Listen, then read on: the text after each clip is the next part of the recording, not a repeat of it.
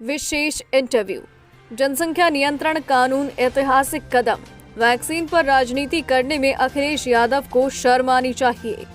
सपा, बसपा और कांग्रेस एक पार्टी ना होकर लिमिटेड कंपनियां। लखनऊ राज्य पिछड़ा वर्ग आयोग उपाध्यक्ष और उत्तर प्रदेश सरकार में राज्य मंत्री डॉक्टर हीरा ठाकुर ने मंत्री आवास पर हमारे संवाददाता को दिए गए एक विशेष इंटरव्यू के दौरान समाजवादी पार्टी के मुखिया अखिलेश यादव को लताड़ते हुए कहा, अखिलेश यादव को वैक्सीन पर राजनीति करने पर शर्म आनी चाहिए। साथ ही बहुजन समाज पार्टी की मुखिया को भ्रष्टाचार में डूबी हुई बताया। नवभारत समाचार की रिपोर्ट। तो माननीय अखिलेश यादव से पूछो कि जनसंख्या बढ़ाने का काम अच्छा है या खराब है। ये तो ऐतिहासिक कदम है। माननीय मुख्यमंत्री जी को धन्यवाद देना चाहिए। माननीय मुख्यमंत्री जी को धन्यवाद देना चाहिए। जो उत्तर प्रदेश है, ये दुनिया के 18-19 जो देश हैं उनसे बड़ा ये प्रदेश है। उसके वो मुख्यमंत्री हैं और इसमें जो जनसंख्या नियंत्रण का जो कानून आ रहा है ये बहुत पहले आना चाहिए। इसको कोई धर्म और जात से अगर कोई जोड़ता है तो वो इस राज्य के, इस देश के हित में नहीं बोल रहा है, बल्कि राज्य और देश के विरोध में बोल रहा है। तीसरी बात मैं कहना चाहता हूँ कि जो अभी आपने संगठन की, जो अभी चुनाव की बात करते हो जी, मैं पूछना चाहता हूँ समाजवादी पार्टी से, बहुजन समाज पार्टी से, कांग्रेस पार्टी से। कांग्रेस पार्टी का पूरा परिवार कांग्रेस पार्टी लिमिटेड कंपनी हो गई है। इसी तरीके से समाजवादी पार्टी लिमिटेड कंपनी है। इसी तरीके से बहुजन समाज पार्टी है। भारतीय जनता पार्टी में संगठन है। यहाँ पे माननीय मुख्यमंत्री जी है तो संगठन के यहाँ मसीहा और संगठन के एक जिसको ये कहते हैं कि संगठन के बारे में अपने को जैसा कि हम लोग महसूस करते हैं कि संगठन के बंसल जी हैं जिनका दुनिया के लोग लोहा मानते हैं। वो संगठन ही नहीं, वो सामाजिक कार्य करने के लिए भारतीय जनता पार्टी के कार्यकर्ताओं को हमेशा प्रोत्साहित करते हैं। हम लोगों से प्रोत्साहित किया है, अस्पताल में जाकर के देखो, जो कोविड से परेशान उनके परिवार में जाकर के देखो, जिन लोगों की मौत हो गई उनके परिवार की मदद करो जाकर के। ये नहीं कि भारतीय जनता पार्टी के लिए वोट मांगने के लिए बात करते हैं। वो समाज के हर अंग को काम करने के लिए वो छूने का काम करते हैं। वो संगठन के शिल्पी हैं। और जहां हमारे मुख्यमंत्री जी हैं जिन्होंने अपने पिता की मौत में संस्कार में न जाकर के और उत्तर प्रदेश की जनता का परवाह किया है, ऐसे मुख्यमंत्री के ऊपर आरोप लगाना मैं समझता हूँ ये बहुत ओछी राजनीति होगी। और वो लोग आरोप लगा रहे हैं जो अपने पिता और चाचा के नहीं हैं, जो अपने गुरु माननीय काशीराम के नहीं हुए। वो ऐसी छोटी और हर की बात नहीं करनी चाहिए। मैं उनसे भी चाहूँगा कि आप ऐसी भाषा न बोलिए और प्रदेश की जनता को गुमराह न करें। प्रदेश की जनता ने अपना चुनाव किया है, ग्राम प्रधानों का भी, जिला पंचायतों का भी, ब्लॉक प्रमुखों का भी, और 2022 में 300 से पार जो है फिर ये सीट लाएंगे। और अभी आप 5 साल क्यों, अभी 25 बरस रहेगी भारतीय जनता पार्टी, क्योंकि भारतीय जनता पार्टी सत्ता के लिए नहीं, समाज राष्ट्र के निर्माण के लिए और हर गरीब मजलूम के लिए ये पार्टी है। इसलिए इसके ऊपर ऐसी भाषाएं मत बोलो, क्योंकि भारतीय जनता पार्टी के जो काम है, कभी 70 बरस में कभी किसी गरीब के घर में कांग्रेस ने चूल्हा भेजा, समाजवादी पार्टी ने गैस भेजा, बहुजन समाज पार्टी ने गैस भेजा, भारतीय जनता पार्टी ने माननीय नरेंद्र मोदी ने भेजा। शौचालय के बारे में नहीं ये लोग जानते थे कितनी महत्वपूर्ण चीज है शौचालय। पूरे देश में अगर शौचालय बनाने का काम किसी ने किया तो भारतीय जनता पार्टी ने किया। 80 करोड़ जनता को भूखे महामारी के अंदर 80 करोड़ जनता को फ्री राशन देना, फ्री बैग, पूरे देश को जनता को फ्री वैक्सीन लगवाना, ये छोटी बात है।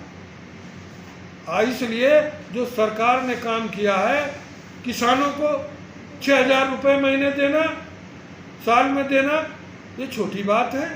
तो एक एक छोटी छोटी चीज़ें जो जीवन की महत्वपूर्ण चीज़ें थी, जो जीने के लिए बहुत ज़रूरी थी, उस पीड़ा को भारत के प्रधानमंत्री, उत्तर प्रदेश के मुख्यमंत्री और भारतीय जनता पार्टी के संगठन और संगठन से जुड़े हुए लोग महसूस किए। और हम जैसे कार्यकर्ताओं को निर्देश दिया। हम लोग गांव-गांव में जा करके आज भी काम करते हैं, आगे भी करेंगे, इसलिए कि जब हम रहेंगे हमारा प्रदेश आगे बढ़ेगा, देश आगे बढ़ेगा, हमारा राष्ट्र मजबूत होगा, तो भारतीय जनता पार्टी और हमारा समाज मजबूत होगा। धन्यवाद।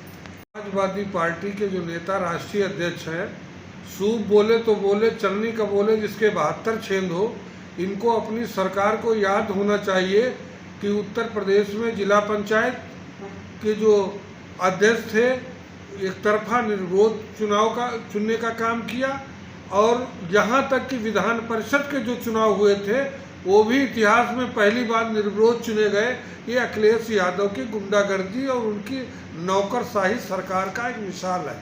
जहाँ तक भारतीय जनता पार्टी का, भारतीय जनता पार्टी में जैसे लखीमपुर का एक उदाहरण देते हैं, इटावा का उदाहरण देते हैं। इटावा में भारतीय जनता पार्टी के ऊपर वहाँ का सीओ पुलिस अफसर जो था, भारतीय जनता पार्टी न्याय की गुहार करते रहे, उसके कार्यकर्ता न्याय तो नहीं दिया, लेकिन बल्कि भारतीय जनता पार्टी के ऊपर, कार्यकर्ता के ऊपर हमला किया गया। इसी तरीके लखीमपुर खीरी की बात की जा रही है। लखीमपुर खीरी में भारतीय जनता पार्टी का कोई आदमी, उस महिला के जिसको बताया जा रहा है वो महिला जो है उसको भारतीय जनता पार्टी से दूर दूर तक संबंध नहीं है। और जहाँ तक चुनाव की बात रही, ये जनता ने मन बना करके पूरे उत्तर प्रदेश में ग्राम सभा के एक तरफा वोट जो दिया है, लगभग 80% वोट, 85% ग्राम प्रधान भारतीय जनता पार्टी के जीत करके आए हैं। लगभग 85 से मैं समझता हूँ और ज़्यादा हमारे ब्लॉक प्रमुख और जिला पंचायत जीत करके आए हैं। और जहाँ तक बेईमानी की बात रही, ये तो अखिलेश यादव को सोचना चाहिए। 10 वोट 15 वोट से जीतने वाले को ये हराते थे। मैं तो अभी महमूदाबाद का उदाहरण दे रहा हूँ। महमूदाबाद में 1 वोट से हमारा ब्लॉक प्रमुख हार गया। हमारी सरकार थी, अगर हमको बेईमानी हमारा प्रशासन करता, गुंडा राज होता, तो निश्चित तौर से वो 1 वोट से ब्लॉक प्रमुख नहीं हारता, वो जीत करके आता।